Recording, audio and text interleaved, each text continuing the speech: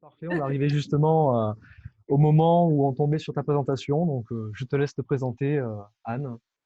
Bonjour, je suis Docane Cluseau, je suis la conseillère médicale en environnement intérieur du CHU de Grenoble depuis une dizaine d'années. Donc, j'interviens au domicile des patients sur prescription médicale, des médecins du CHU, les pneumologues principalement, et d'autres spécialités. Et j'interviens aussi sur prescription des médecins de ville. Voilà.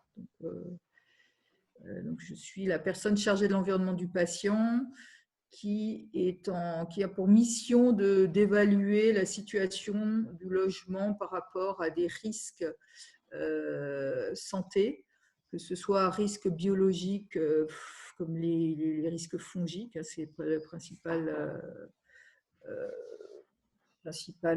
principale cible, ou des risques chimiques. D'accord. Donc déjà, merci Anne d'être présente pour cette visioconférence, malgré les petits problèmes techniques. Donc n'hésite surtout pas à intervenir au fur et à mesure de la diapositive. Voilà. Nous ne sommes Donc, pas forcément... alors, Ah, on a un petit souci de micro. en l'occurrence, c'est pas moi qui ai fait le PowerPoint, c'est vous. Présenter, ça va être. Mais Ah, ça y est. Ah non, non. êtes-vous là? Si vous voulez intervenir à n'importe quel moment Ça y est, je pour reviens. rajouter un complément, n'hésitez D'accord. pas.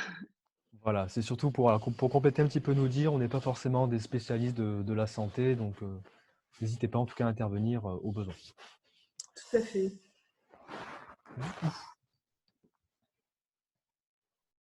Donc avant de se lancer vraiment donc, dans le sommaire et dans le contenu, on va dire, de la visioconférence, on a quand même tenu à vous faire un petit rappel du contexte sanitaire par rapport au Covid essentiellement, donc notamment sur tout ce qui est volume de débit de ventilation dans les locaux.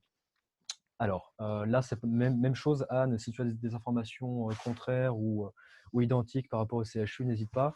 Mais de notre côté, en tout cas, on n'a pas vraiment de consensus très clair sur ce sujet. Donc notamment sur le fait d'augmenter ou non les débits de ventilation donc, dans les locaux. Donc là, on est plutôt sur un statu quo qui précise voilà, de respecter, on va dire, les normes classiques. Donc, vous voyez notamment à l'écran, donc maintenir un taux d'humidité habituel entre 40 et 60% et une température comprise entre 20 et 25.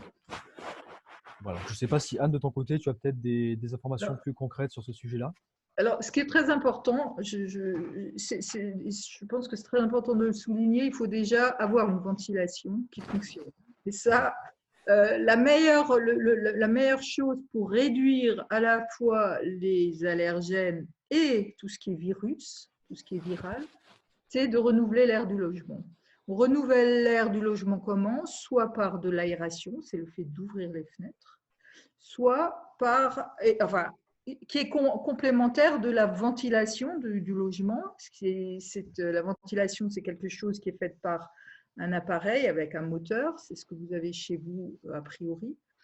Alors, il n'y a pas toujours de moteur, ça peut être une ventilation naturelle, ce sont des simples conduits avec des échanges qui se font de manière aérolique, ou alors une ventilation mécanique avec un moteur qui peut être hygroréglable ou non. Et puis, depuis quelques années, il y a des ventilations double flux. Par rapport au Covid, il est évident que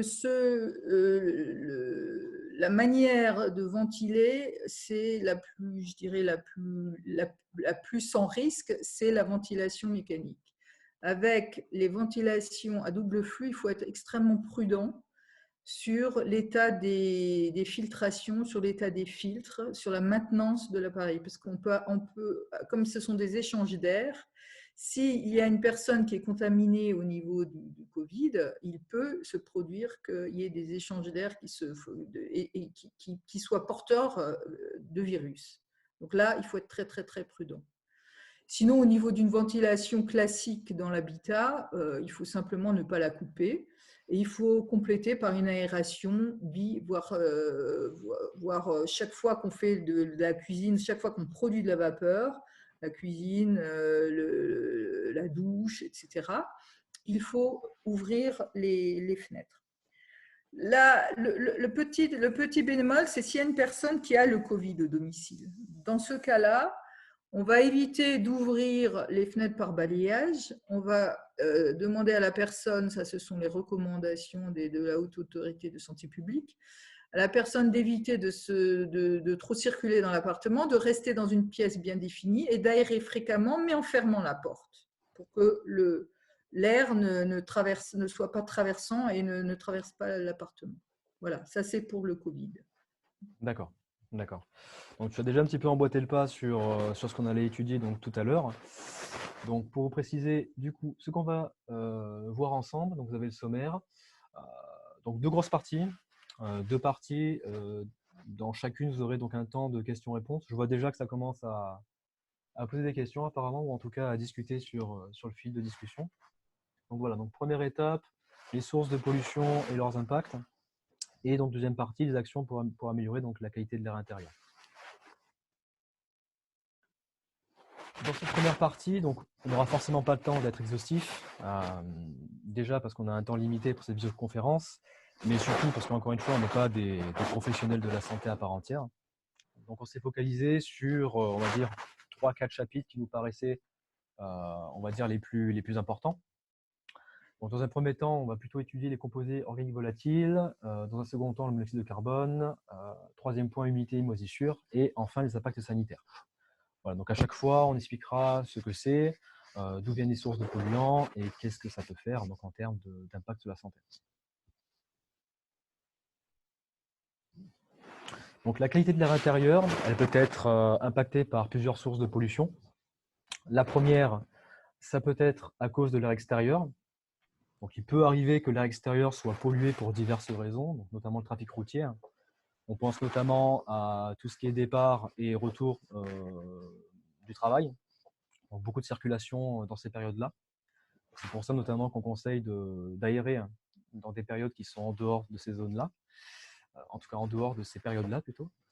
Donc c'est la première, on va dire, source de pollution. Derrière, on a aussi la végétation, donc plutôt des épisodes plutôt saisonniers, donc notamment via le pollen et les graminées.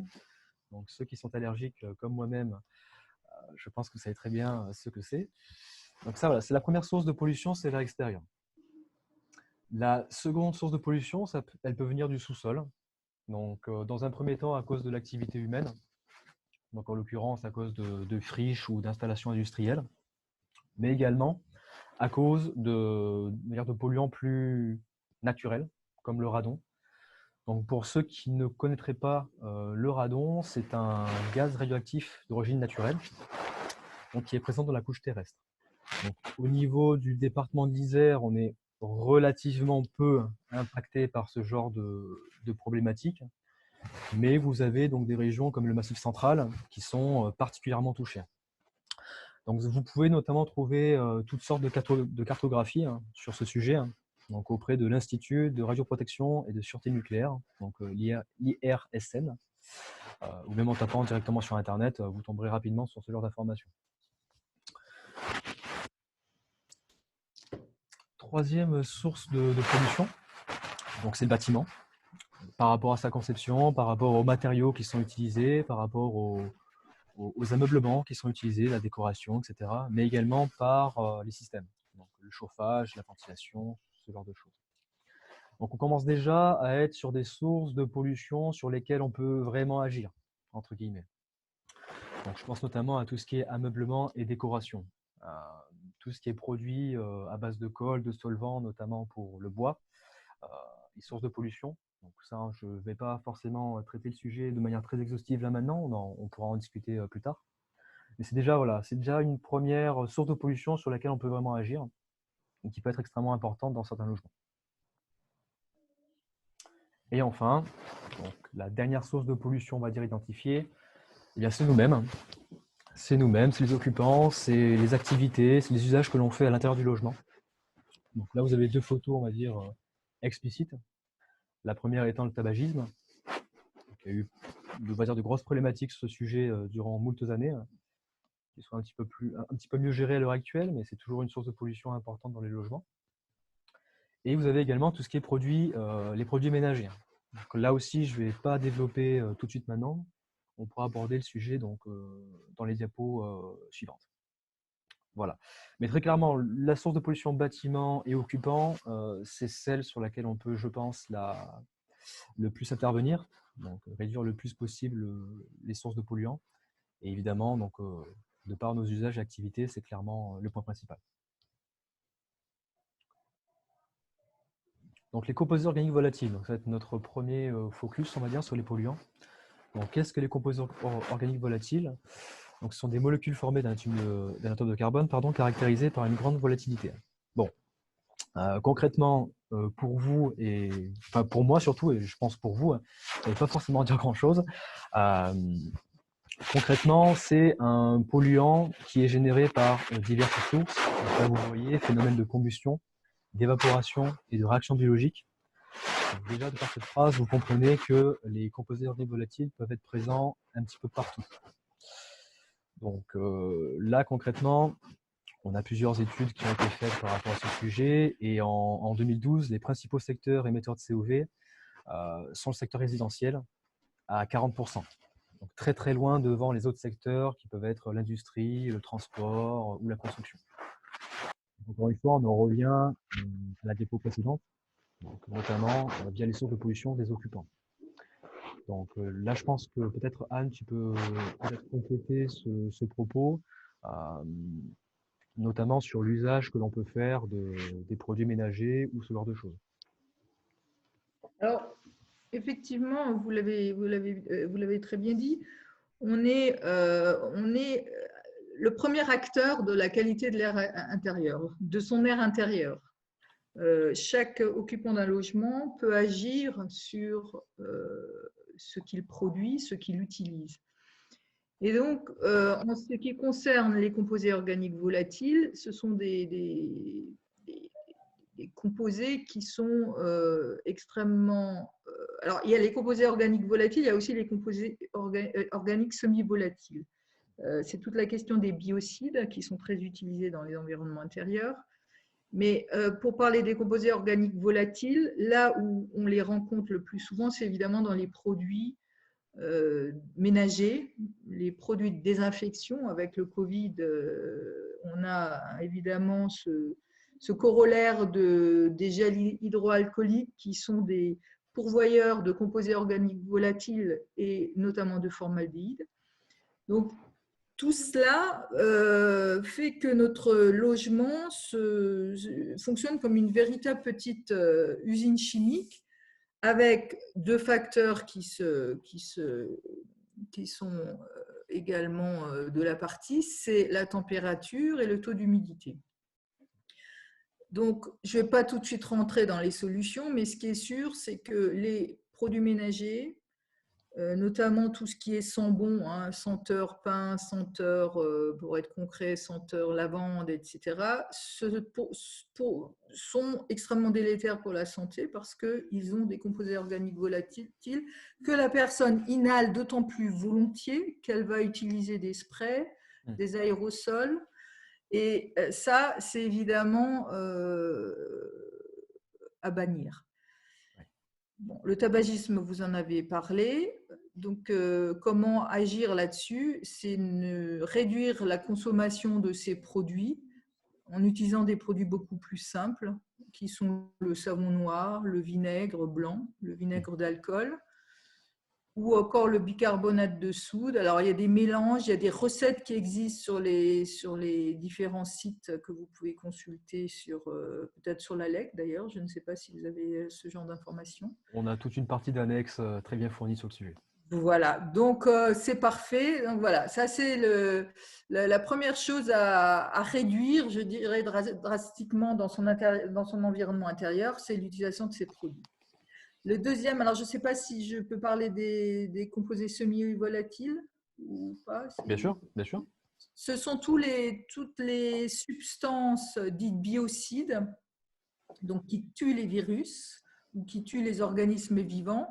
C'est ce que vous allez utiliser aussi bien dans les shampoings anti-poux, par exemple, mais aussi dans tout ce que vous utilisez, les prises anti-moustiques, les produits pour tuer les insectes.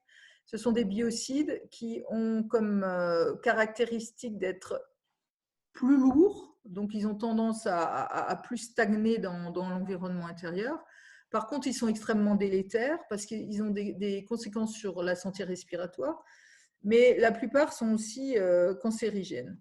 Donc, pas d'affolement, c'est pas parce que vous allez pulvériser un petit peu d'anti-moustique dans la maison que vous allez développer le lendemain un cancer, mais ceci dit, il faut être extrêmement prudent dans l'utilisation de ces produits. Alors, on les voit moins apparaître parce que souvent dans les interventions sur les composés organiques volatiles, sur les interventions sur la qualité de l'air, on parle des composés organiques volatiles. Mais il faut aussi s'intéresser à tout ce qui est biocide. Voilà, donc là, l'idée… Excusez-moi, les personnes qui ont des animaux utilisent beaucoup de biocides, les Coleanthicus, etc., etc. Alors, ce n'est pas toujours aérosolisé, je vais y arriver, mais ça peut être aussi des contacts, évidemment, avec les doigts, etc. Et chez les enfants, c'est extrêmement problématique parce que les enfants, ils touchent leur chat, ils caressent leur chat, leur chien, puis après, ils caressent ses colliers et puis mettent les mains à la bouche. Donc, ce n'est pas de la qualité de l'air intérieur, je suis désolée, mais c'est quand même très important de le savoir. Bien sûr. Donc voilà, l'idée, ce n'est pas forcément de réduire à néant l'utilisation de ces produits, mais bien évidemment d'avoir une utilisation modérée et surtout, lorsque vous les utilisez, de bien utiliser les deux seules méthodes qui permettent réellement d'assainir l'air, donc l'aération et la ventilation, en l'occurrence. Voilà, donc là, on a voulu… Excusez-moi, je fais encore une parenthèse parce que je vois que vous avez une bougie, vous avez mis, je ne sais pas si c'est de l'encens, je pense. De l'encens, oui. Voilà. Bougie, encens et puis huile essentielle. Avec le Covid, il y a eu tout un je dirais, ça a aggravé, je dirais, une surutilisation des huiles essentielles qui ne sont pas bénignes du tout puisque ce sont des molécules à la concentration médicamenteuse. Donc, il est évident qu'utiliser quotidiennement des huiles essentielles dans son logement pour soit combattre les odeurs, soit assainir ou même désinfecter, comme on le voit écrit sur les publicités pour ces produits, c'est extrêmement délétère aussi parce que vous allez produire énormément de composés organiques volatiles que vous allez inhaler en continu.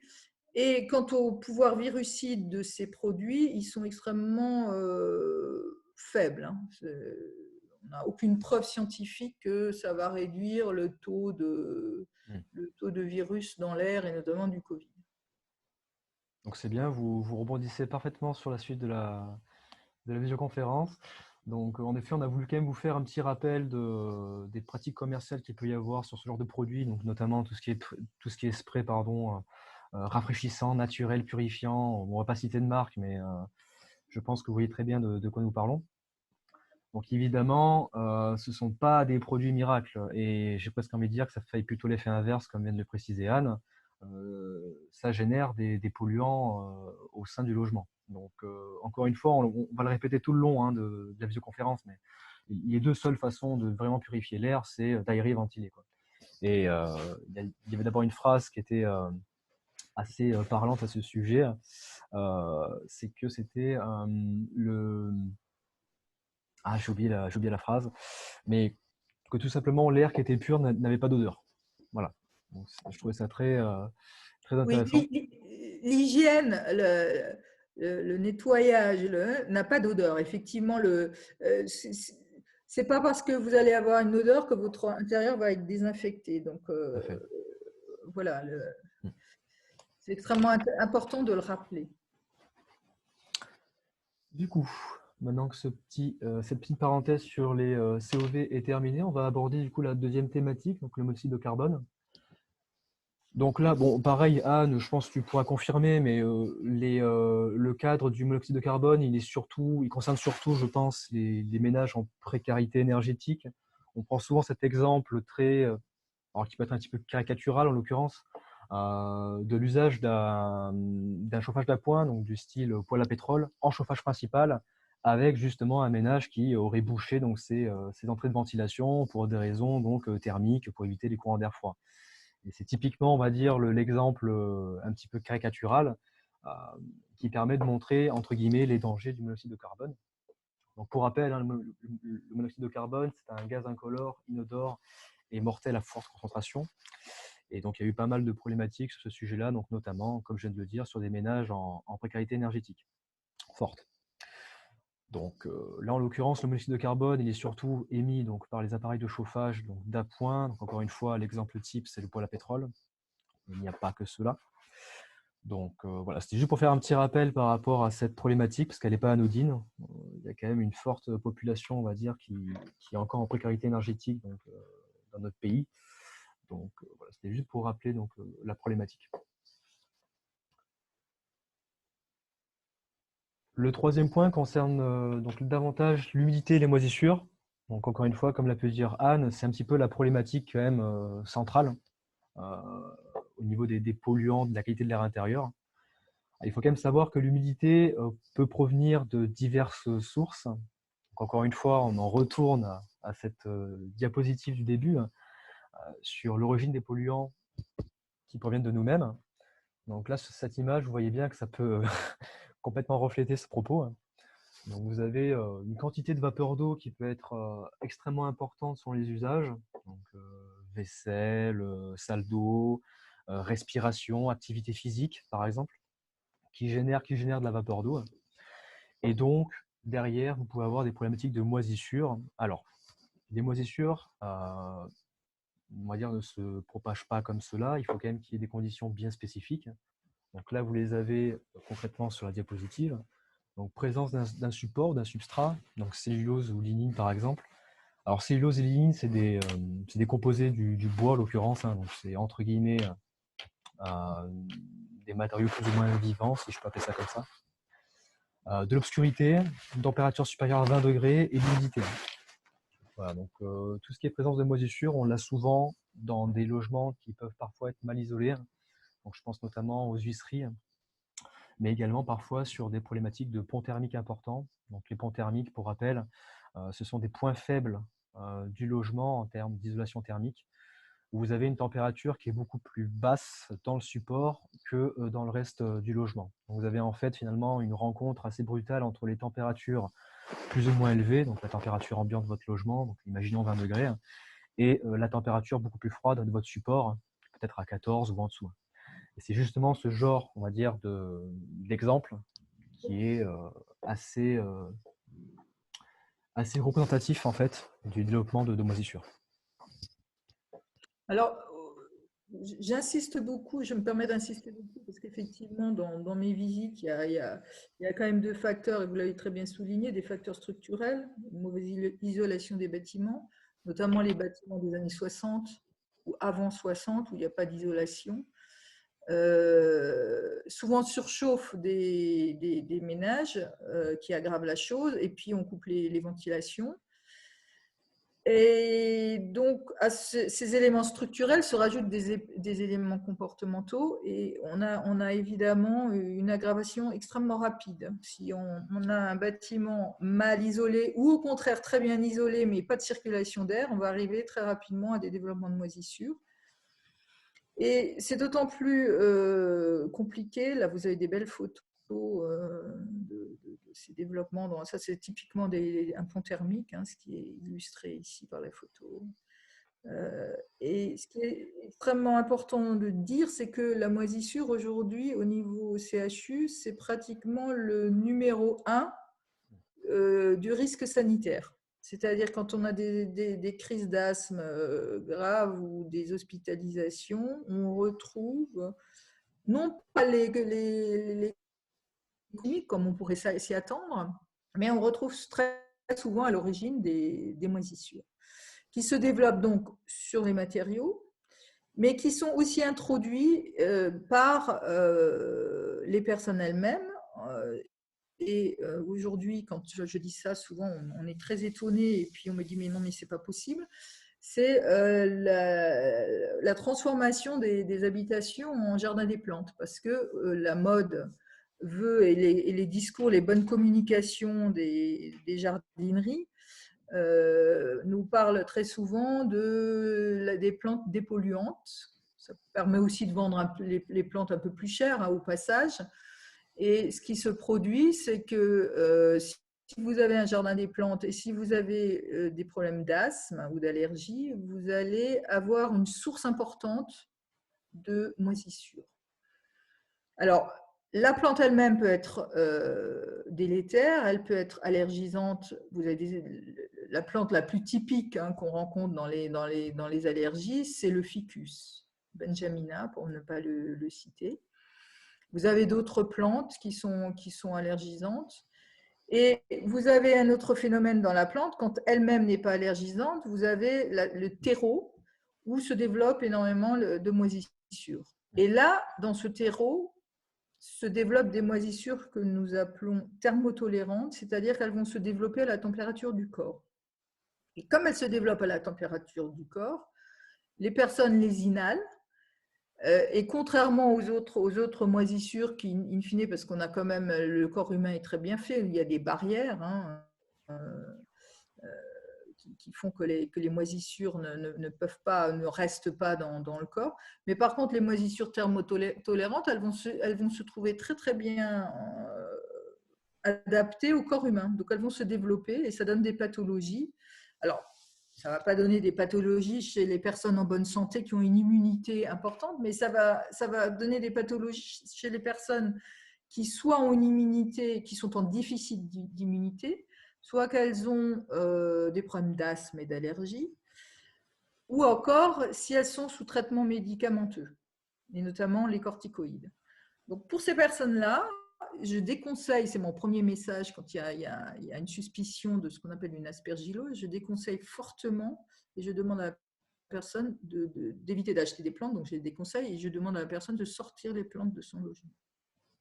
Et ça, c'est pas assez connu, malheureusement, et ça donne évidemment pas mal de pathologies diverses et variées. Alors ça peut être simple allergie et ça peut être des colonisations de l'arbre bronchique ou voire des colonisations de l'organisme en entier. Ça, ce sont les cas les plus extrêmes. On parle alors d'aspergillose invasive. Mais voilà, simplement pour dire que les plantes que l'on introduit ne sont pas sans effet sur la santé. D'accord. Merci pour cette explication, Anne.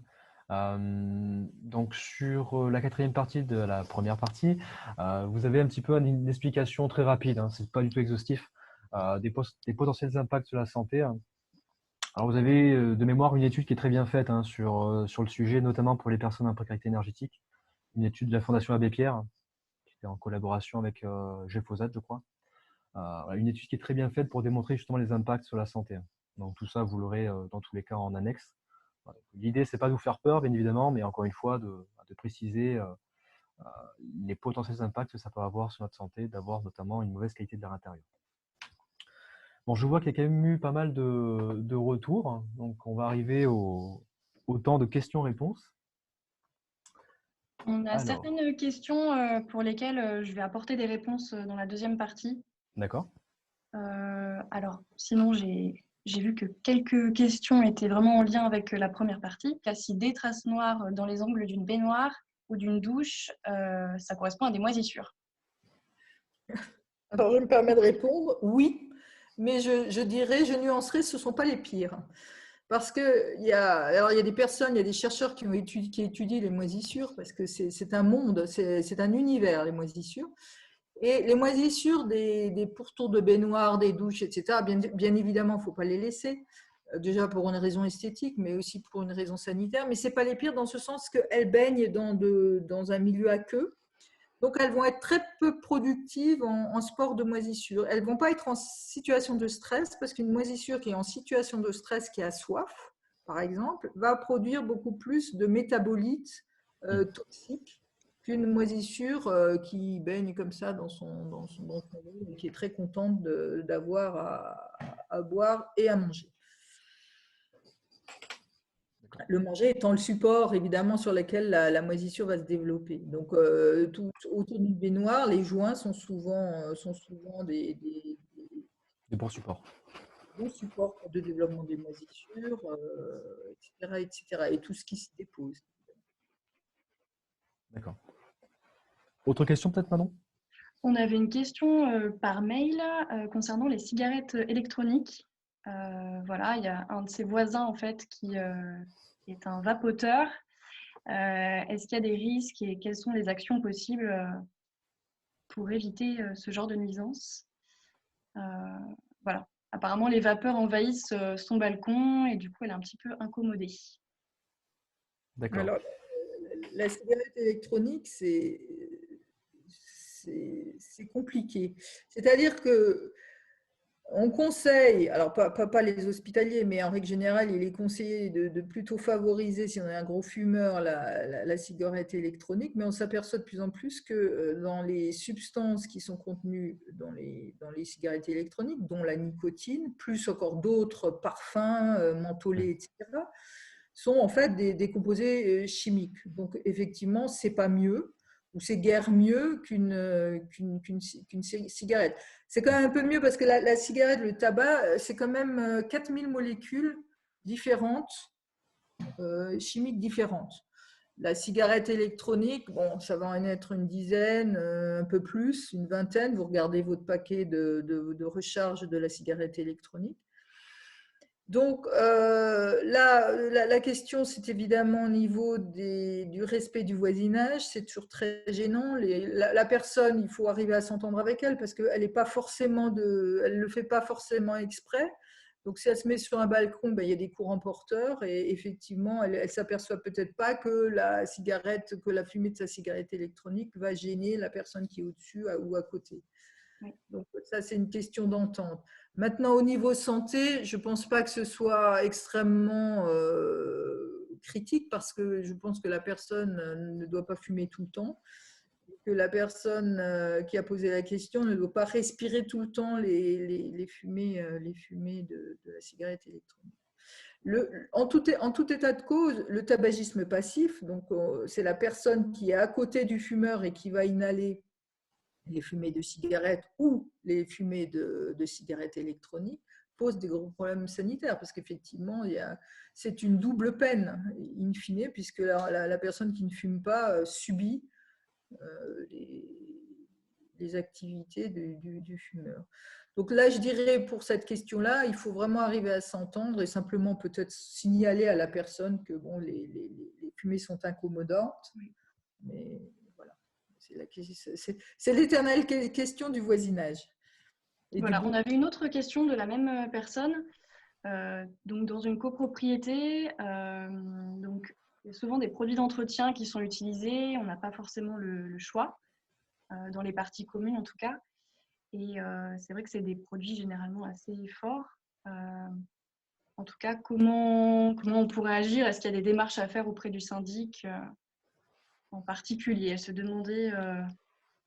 Alors, dans les communs, heureusement, les personnes n'y logent pas, donc c'est moins grave. Je dirais, bon, ça peut être incommodant. Effectivement, ça peut même déclencher, pourquoi pas, des crises. Ça s'est vu dans des ascenseurs des parties communes, dans les escaliers, etc. Je pense que la meilleure solution, c'est évidemment d'aller voir le syndic et bien de faire comprendre que la personne qui va utiliser aussi, qui va faire le ménage, elle est aux premières loges pour respirer ces produits. Et donc, ce n'est pas bon pour sa santé. Et qu'in fine, un bon ménage avec du savon noir et du vinaigre, etc., va coûter moins cher que tous ces produits qui sont finalement souvent chers et délétères pour la santé. Donc voilà, ça c'est simplement également avoir un contact avec le syndic. Et puis peut-être si la personne rencontre l'agent de nettoyage dans les escaliers, ou lui dire bah, écoutez, vous utilisez des produits, puis simplement la sensibiliser en disant attention à votre santé, parce qu'à force d'utiliser, ça donne des pathologies. On a des pathologies quand même gravissimes au niveau des agents de nettoyage. Des pathologies je pense un petit peu la même chose, c'est surtout une question de sensibilisation sur les produits, certes, mais sur la thématique en globalité. Donc c'est vrai que ce n'est pas forcément des choses auxquelles on pense au quotidien, donc surtout pour la personne qui nettoie en l'occurrence. Donc je pense que c'est plus une question de sensibilisation qu'autre chose. On va peut-être répondre encore à une ou deux questions, puis on va quand même embrayer sur la suite. Alors, comme je disais, les autres questions, elles sont surtout en partie, bon bah. pour la deuxième partie. D'accord. Je pense qu'on y répondra par la suite. Par la suite. D'accord. Et bien du coup, ce que je vous propose, c'est du coup d'embrayer sur la suite. Du coup, Manon, je te laisse la main. Oui, c'est parti. Ok. Allez, en avant. Donc, nous, à l'Espace Info Énergie, on vous prête un Air Kit. Donc, c'est cette fameuse mallette. C'est un prêt sur une semaine avec un premier rendez-vous pendant lequel on vous explique comment s'en servir et ensuite on fait une analyse des résultats. On va juste passer une petite vidéo de présentation, comme ça, ça dynamise un petit peu le tout. Voici une présentation rapide de ce que c'est que le Air Kit proposé par l'Espace Info Énergie de l'Isère. On propose que vous empruntiez cette mallette qui contient ce boîtier noir. Donc c'est le fameux Air Kit. Et ce Air Kit va permettre de mesurer différents paramètres. Les COV, autrement dit les composés organiques volatiles, le taux de CO2, la température et le taux d'humidité. Donc c'est les différents paramètres qui vont influer sur la qualité de l'air de votre logement. Vous ferez un premier rendez-vous où on vous explique comment fonctionne l'appareil. Et lors du second rendez-vous, une semaine plus tard, on viendra analyser les données et on va extraire ces données et ensuite les analyser à travers différents graphiques. Donc on retrouve nos fameux paramètres ici sur le côté et on essaiera de comprendre pourquoi à certains moments vous avez par exemple des pics de CO2. Vous repartirez avec plein de bons conseils à mettre en place chez vous, mais également différentes documentations, donc par exemple des guides de l'ADEME, un air sain chez soi et améliorer sa ventilation. C'est gratuit, on vous prête l'appareil gratuitement et voilà, il y a simplement un chèque de caution d'une valeur de 1 000 €. Donc si vous êtes intéressé, il faut tout simplement contacter l'Espace Info Énergie au 04 76 14 0010. Voilà. Donc pour compléter peut-être un petit peu ta présentation, Manon, c'est vrai que c'est quand même un outil assez intéressant, notamment pour évaluer un petit peu les différents polluants avec des gestes quotidiens. Je prends un exemple bête et méchant, mais il suffit que vous fassiez un petit peu de sport dans votre salon, en ayant les fenêtres fermées, etc. Et vous voyez que la concentration de polluants commence déjà à augmenter de manière assez importante. Et dès que vous ouvrez la fenêtre, notamment via les retours de graphiques sur papier, vous voyez vraiment les différences par rapport à l'ensemble de vos gestes que vous faites au quotidien.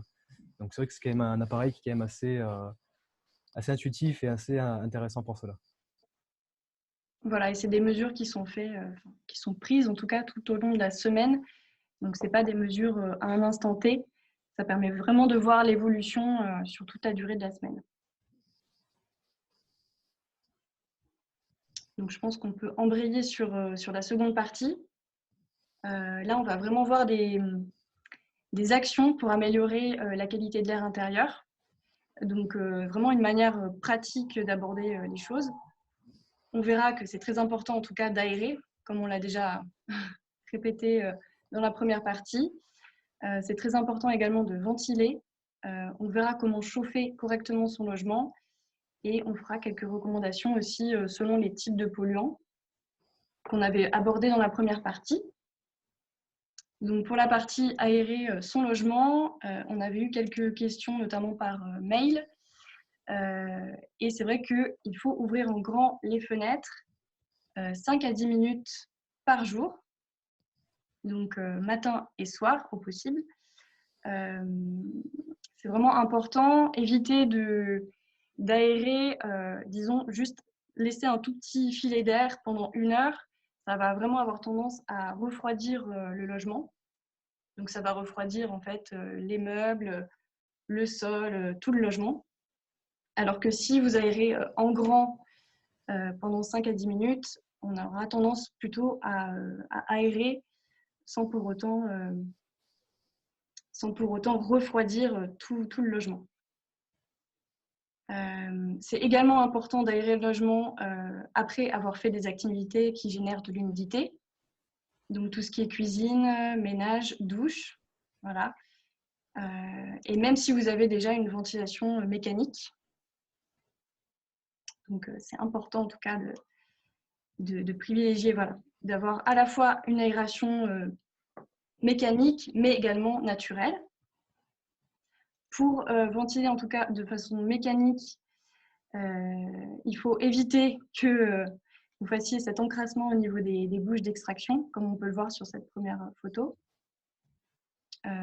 Au fur et à mesure du temps, voilà, les bouches ont tendance à s'encrasser au niveau à la fois des entrées d'air et de l'extraction. Donc voilà, ça va jouer en tout cas sur les débits qui vont plus être suffisants et ça va vraiment pénaliser la qualité de l'air intérieur. Évitez aussi d'accoler le mobilier au mur, surtout les lits, et laisser les portes entrouvertes si possible, ou en tout cas d'étalonner les portes. Donc le détalonnage, ça consiste à laisser un petit passage d'environ 2 cm sous les portes, tout simplement, de manière à garantir quand même un balayage des pièces sèches jusqu'aux pièces humides. Voilà. Et du coup, pour rebondir un petit peu là-dessus, je vais vous donner un peu mon expérience personnelle quand même, parce que ça peut vous paraître un petit peu anodin ce qu'on est en train de dire, mais typiquement durant la pandémie, je suis retourné à la maison familiale et panne de la VMC, et je n'avais pas d'étalonnage de porte. Et donc, je peux vous garantir que vous ne restez pas une demi-heure dans votre chambre ou dans une pièce qui est cloîtrée sans ouvrir la fenêtre. Tout simplement impossible. Donc, ça peut vous paraître anodin parce que vous n'avez peut-être pas encore eu de problématiques spécifiques comme celle-ci, ou de panne de VMC ou autre, mais c'est extrêmement important de bien entretenir ces appareils pour vous éviter d'être dans ma situation pendant plusieurs semaines pendant la pandémie, par exemple. C'est vrai que ça risque, en tout cas, d'augmenter le taux de CO2 si vous laissez les portes fermées la nuit. Il y a un risque accru, en tout cas, d'augmenter le dioxyde de carbone. Donc voilà, assurer en tout cas une bonne circulation de l'air, éviter de boucher les entrées d'air. Ça, on vous a sûrement répété les choses pas mal de fois. Même si, en tout cas, si vous avez une VMC, évitez de l'éteindre. Voilà. Sachez que les VMC ont une vitesse qui est modulable. Donc, vous pouvez tout à fait augmenter les débits quand vous faites la cuisine ou quand vous prenez votre douche. Et il y a une personne qui demandait comment tester si la VMC fonctionne ou pas. Il y a un test tout simple, en fait, avec une simple feuille de papier de toilette qu'on vient poser sur la bouche d'extraction. On voit si la feuille de papier tient. Et à ce moment-là, ça permet de savoir si la VMC est en marche ou non. Après, ça ne nous indique pas, bien sûr, les débits qui peuvent passer. Il me semble qu'à l'Espace Info Énergie, on ne prête pas ce type d'appareil pour mesurer les débits. Mais on a ce simple test-là qu'on peut faire chez nous, tout simplement. Alors, je me permettrai juste un petit bémol. Effectivement, vous dites bien, vous expliquez bien comment tester l'appareil, et c'est la manière dont je le teste aussi. On n'a pas d'appareil spécifique qui, in fine, sont très compliqués à mettre en œuvre. Mais je vois juste que vous parlez de la VMC simple flux hydro-réglable. Moi, je suis très, très, très mitigée par rapport à l'hydro-réglable. Alors, vous êtes un espace info énergie, alors je vais pas vous dire que ça n'a pas des avantages, puisque effectivement, au niveau énergétique, c'est clair, ça a des gros avantages, puisque ça permet de réduire, in fine, l'extraction d'air en dehors des moments où l'humidité est trop élevée. Mais on est de nouveau confronté au terrible dilemme entre économiser de l'énergie et la santé. Et effectivement, la double flux, quand on me pose la question, je déconseille, si elle est là, mais je déconseille pour une raison très simple, c'est quand il n'y a pas un taux d'humidité élevé, la VMC ne fonctionne pas. Et le but de la ventilation, c'est bien d'extraire tous les polluants qui, eux, continuent à dégazer via les meubles, via les produits, via etc. etc. Donc, si cette VMC ne fonctionne que lorsqu'il y a de l'humidité, elle ne va pas jouer son rôle de renouvellement de l'air qui doit être continu. Alors, il y avait une dame qui posait la question sur la différence entre l'aération et la ventilation. On va répéter ce qu'on a dit, c'est aération, on ouvre les fenêtres.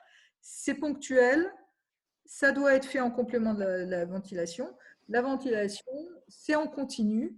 Et c'est pour ça, encore une fois, que l'hygroréglable, moi, je suis extrêmement précautionneuse. Quand des personnes me demandent est-ce que je dois installer une hygroréglable ou une VMC simple flux, je dis toujours qu'il vaut mieux faire simple parce que, encore une fois, c'est plus respectueux de la santé respiratoire. Ouais. Je vais expliquer un petit peu ce que c'est que Hygro B et Hygro A.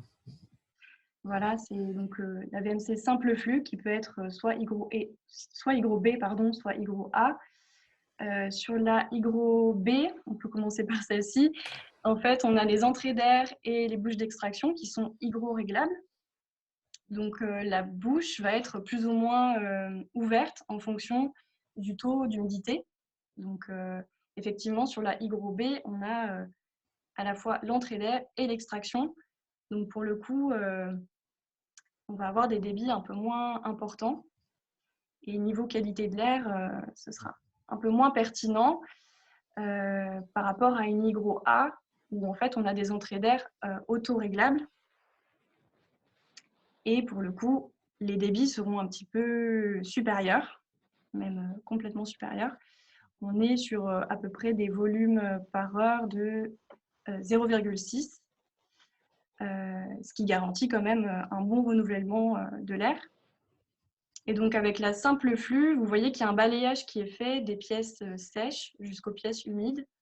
Donc les pièces sèches, vous avez la chambre par exemple, le salon. Grâce au détalonnage des portes, voilà, on a quand même un balayage qui se fait facilement jusqu'aux pièces humides, donc tout ce qui est salle de bain, cuisine, etc. Et vous avez un seul module qui permet voilà, d'extraire l'humidité. Je ne sais pas si Anne, tu avais des précisions en plus, mais... Oui, non, c'est très bien expliqué, simplement juste que ce soit une simple flux ou hydro-réglable ou non, il faut simplement toujours, c'est un exercice c'est une observation que vous pouvez faire dans votre logement, parce que c'est pas toujours en conformité. Vérifiez que chez vous, dans les pièces dites humides, c'est-à-dire les salles de bain, WC, cuisine, vous avez bien une couche extraction, mais que dans les menuiseries, c'est-à-dire que dans le cadre des fenêtres, qu'elles soient en PVC, en bois ou en aluminium, il n'y ait pas d'ouverture. Pourquoi? Il ne faut pas qu'il y en ait, parce que sinon l'air va être tiré de l'extérieur directement et il n'y aura pas un balayage de l'ensemble du logement. A contrario, les pièces dites sèches, donc les chambres, le séjour, etc., dans les menuiseries, dans les fenêtres, dans les cadres des fenêtres, il faut qu'il y ait une ouverture. Voilà. Et ça, je peux vous dire que dans mes visites, je pourrais avancer le chiffre de 20% des logements, des VMC qui ne sont pas montés en conformité. C'est-à-dire que très souvent, à l'origine, le bâtiment, effectivement, c'est conforme, mais qu'au fur et à mesure des travaux de réhabilitation et notamment de rénovation des menuiseries, les personnes qui posent les menuiseries ne font pas attention et ne mettent pas ou en mettent trop d'ouverture dans les fenêtres. Oui. Donc, par opposition, on va voir la VMC double flux. Je dis par opposition parce qu'en fait, vous n'avez pas d'entrée d'air au niveau des fenêtres, en fait, au niveau des pièces sèches. Vous avez un échangeur qui va permettre en fait, de réchauffer l'air entrant. Donc, il sera préchauffé grâce à l'air extrait. Donc, il y a un échange qui est fait au niveau du caisson, en fait, de la double flux. Donc, au moins, vous n'avez pas l'air froid qui arrive directement par les entrées d'air des fenêtres. et ça se fait via une entrée d'air unique. Et ensuite, voilà, c'est double flux parce que vous avez 2 réseaux de gaines différents. Donc là, c'est plutôt privilégié au niveau des constructions neuves, ou en tout cas pour les maisons qui sont bien rénovées, qui sont bien étanches à l'air. Alors que sur la simple flux, on est beaucoup plus sur de la rénovation.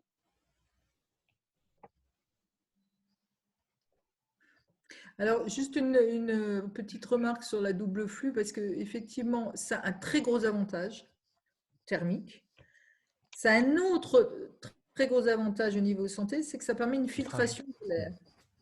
Ce faisant, ça a des désavantages quand c'est mal monté. Et alors, on a déjà vu qu'avec une VMC toute simple, il y a déjà souvent des problématiques. Les doubles flux sont souvent montés en dépit de réglementations qui sont extrêmement drastiques sur le montage d'une double flux, notamment ne pas stocker des conduites, etc., à l'air libre, par terre, etc., etc.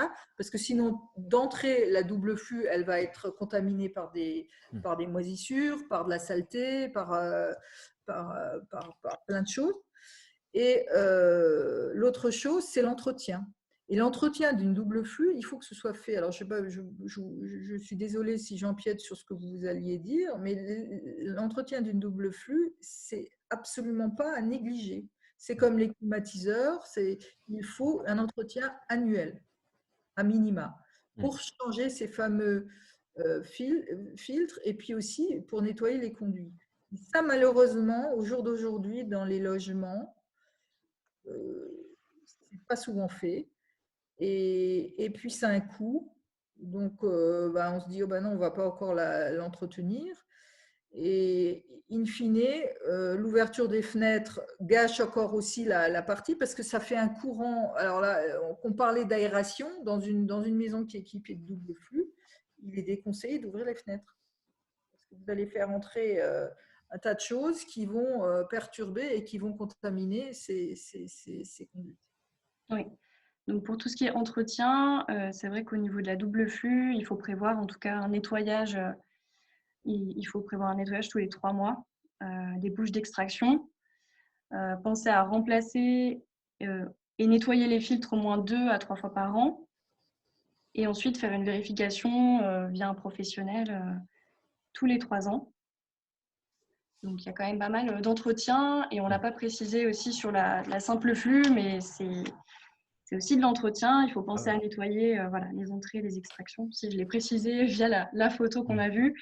Mais en tout cas, bien penser à l'entretenir au moins 1 fois par an, au niveau en tout cas du caisson d'extraction. Tout un tas de choses à penser. Peut-être qu'on passe à la suite sur chauffer correctement. Je vois que l'heure passe. Au niveau du chauffage, il faut penser aussi à bien entretenir ces systèmes de chauffage, notamment par exemple au niveau du conduit de cheminée, pour éviter qu'il s'encrasse et qu'il refoule en tout cas des produits toxiques. Éviter, comme on l'a dit déjà, tout ce qui est chauffage d'appoint, donc le poêle à pétrole par exemple, qui va avoir tendance à émettre beaucoup de monoxyde de carbone. Donc il faudrait vraiment chauffer les fenêtres ouvertes si on l'utilise en chauffage principal. Peut-être éviter de créer des écarts de température trop importants également. Ça facilite vraiment la condensation. Donc j'aurais tendance à dire privilégier d'avoir une température assez homogène si possible. Et autre point d'attention concernant le conflit entre la VMC et les appareils de combustion. En fait, il y a la VMC qui va créer une dépression dans le logement et qui va pouvoir, en tout cas, qui va amener à contrarier le fonctionnement du poêle, de l'insert ou alors d'une chaudière gaz qui ne serait pas étanche. Donc ces appareils de chauffage doivent vraiment disposer d'une arrivée d'air spécifique. Après, en fait, il y a tout un document technique, on ne va peut-être pas l'aborder, mais il y a des normes qui existent pour l'installation d'une VMC et éviter qu'il y ait des conflits avec des appareils de combustion. On va passer à la partie recommandations selon les polluants. Donc, il y a plein de labels qui existent pour faire en sorte d'éviter d'émettre des formaldéhydes dans son logement. Donc, c'est une labellisation qui garantit en tout cas des critères environnementaux, qualitatifs et sociaux. Je ne vais peut-être pas rentrer dans les détails, mais en tout cas, ce qu'il faut penser, c'est acheter des produits plutôt labellisés et si possible, faire le choix de produits faits soi-même. Donc, Anne t'en parlait déjà tout à l'heure, par exemple avec le vinaigre blanc, le savon noir.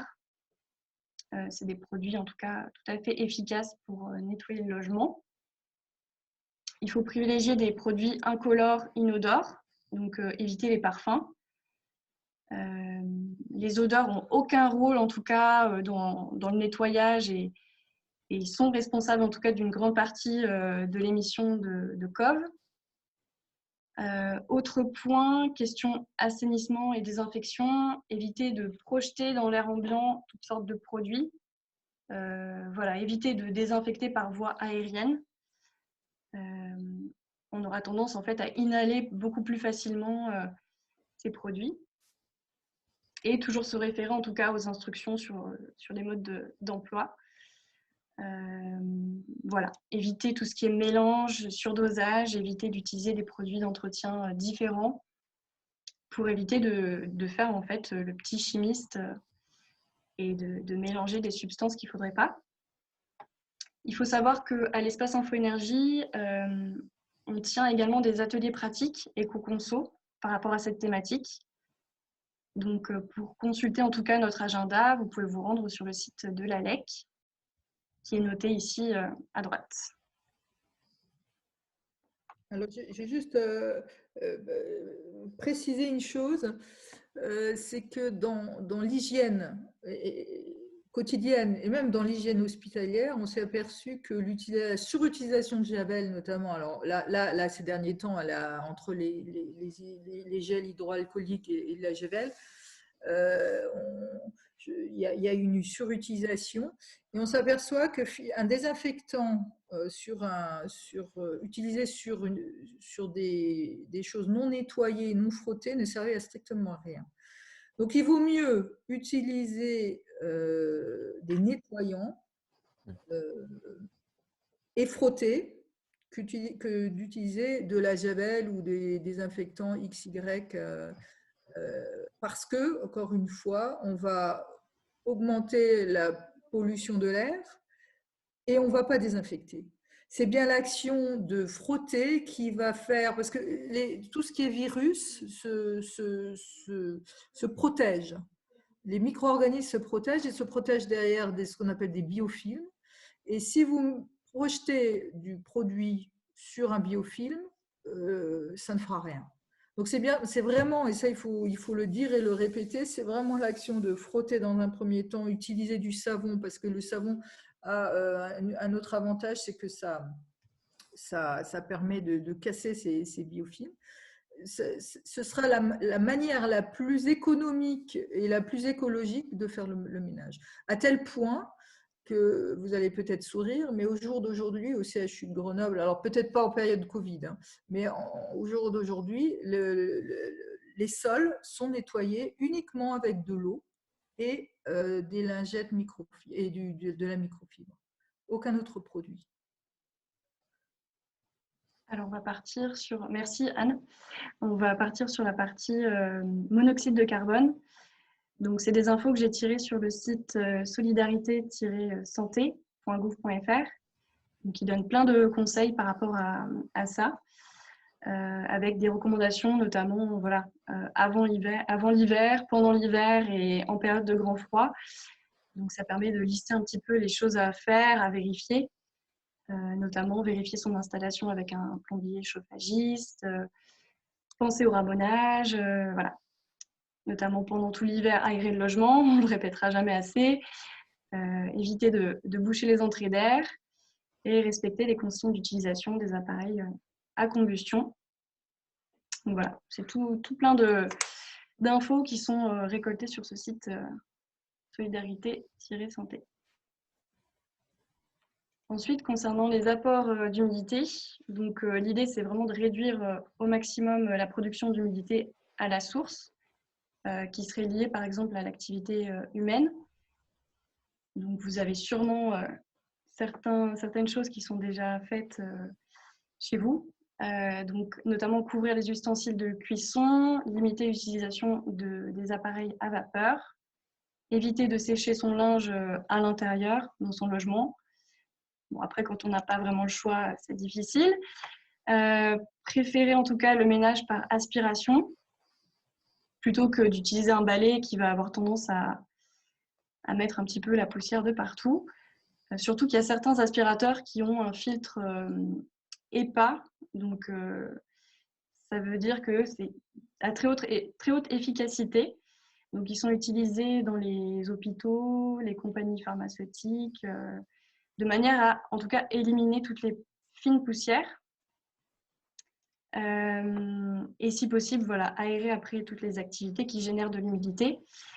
Et comme on en parlait tout à l'heure, limiter le nombre de plantes. Là, effectivement, on aura tendance à avoir des réserves d'eau dans ces plantes-là qui créent des moisissures et voilà, ça a tendance à émettre ensuite des polluants biologiques.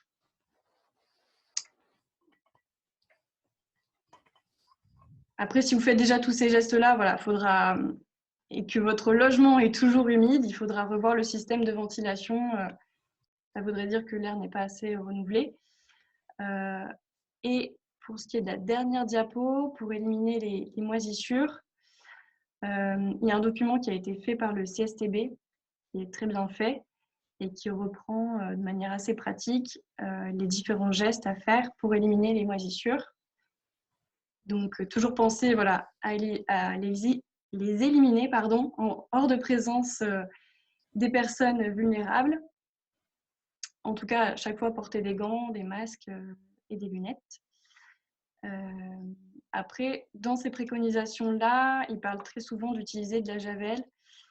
Donc là encore, il faut vraiment être précautionneux et voilà, ne pas faire n'importe quoi.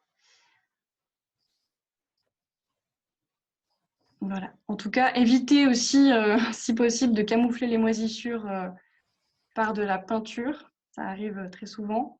Oui. Et sinon, voilà, poser, par exemple, de nouveaux revêtements par-dessus. Voilà, éviter de faire ça. Voilà. Et si besoin, en tout cas, se référer à ce protocole-là qui a été fait par le CSTB. Donc, si on pouvait peut-être résumer un petit peu notre visioconférence en quelques points. Bien aéré, bien ventilé, réduire les polluants à la source, donc tout ce qui est utilisation de produits ménagers, etc. Et lorsque vous devez les utiliser, privilégiez plutôt donc, des produits plus naturels comme le savon noir, le vinaigre blanc et compagnie. Voilà. Donc, déjà, si vous retenez ça, c'est le plus important. Après, derrière, sur le système de ventilation en tant que tel, que ce soit simple flux, hygro B, hygro A ou double flux, le plus important, c'est qu'il soit aux normes et qu'il fonctionne correctement. Derrière, il y a souvent un petit peu ce débat de double flux, simple flux en rénovation énergétique. Donc là, évidemment, ce n'est pas le lieu d'en parler, mais le plus important, c'est que votre ventilation fonctionne correctement. Après, que ce soit hygro B, hygro A ou double flux, qu'importe. Alors du coup, maintenant, je ne sais pas s'il y a des questions. Alors, j'avais déjà reçu des questions également par mail, mais après, on va voir sur le chat, il s'est passé pas mal de choses. Donc, Marie-Claire avait posé une question par mail. En pratique, combien de temps d'aération par jour? Donc, on l'a vu, 2 fois par jour pendant 5 minutes, ouvrir en grand.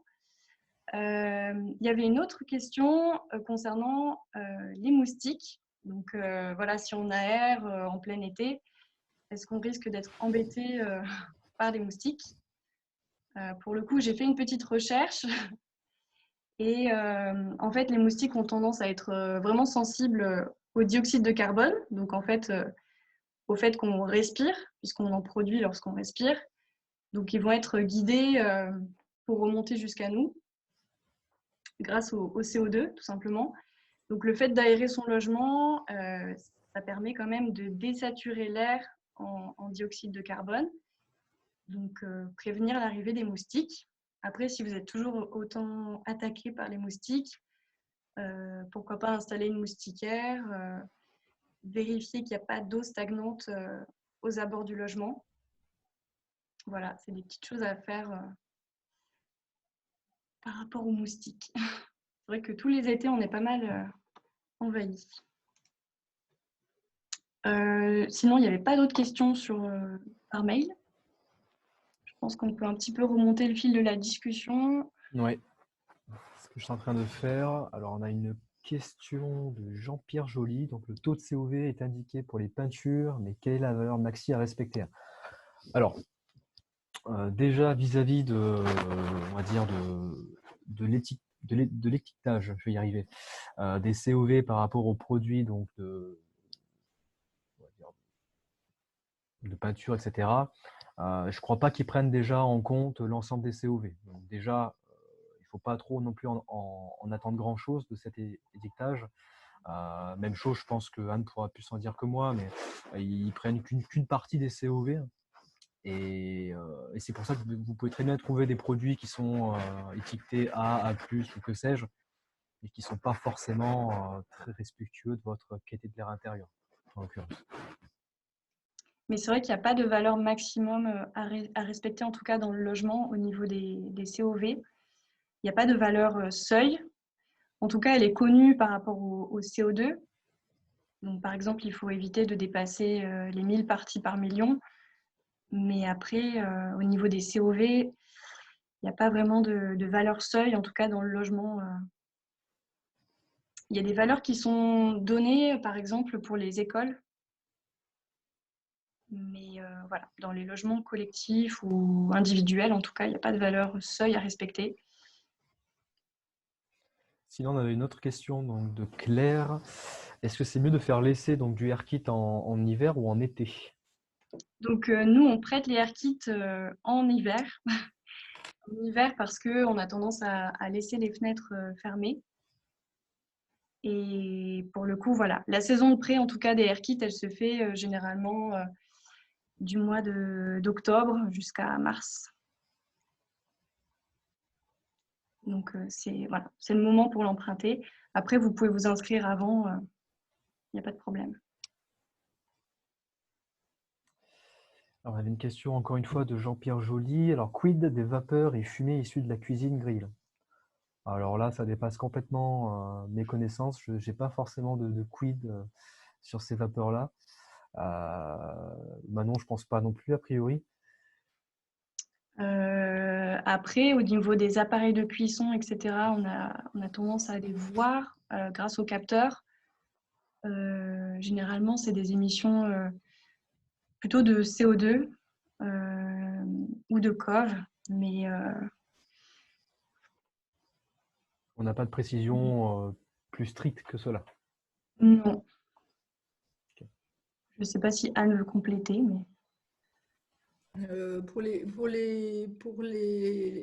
Pour tout ce qui est grillé, etc., c'est plutôt les HAP, à mon avis, les peroxydes aromatiques polycycliques. Voilà, simplement dire que bon, c'est pour ça qu'il faut aérer, ventiler, puis surtout utiliser sa hotte.